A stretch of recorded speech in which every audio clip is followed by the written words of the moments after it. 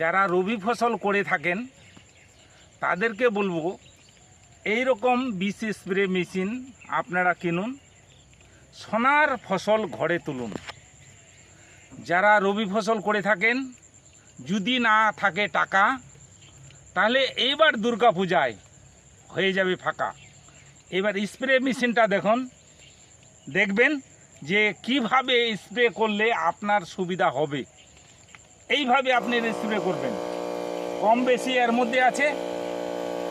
এইভাবে ঘুরাবেন, অনেক দূরে যাবে। তাহলে 10 কাঠা ভুঁই মানে 10 কাঠা জমি একদম কাছে থেকে আপনারা স্প্রে করতে পারবেন। যদি দুর্গাপূজায় না থাকবে টাকা, পরিবারকে নিয়ে হাসি খুশি হয়ে আসবেন ঘরে ফিরে ফাঁকা। তাই রবি ফসল করার জন্য এই স্প্রে মেশিন কিনবেন, সোনার ফসল ঘরে তুলবেন।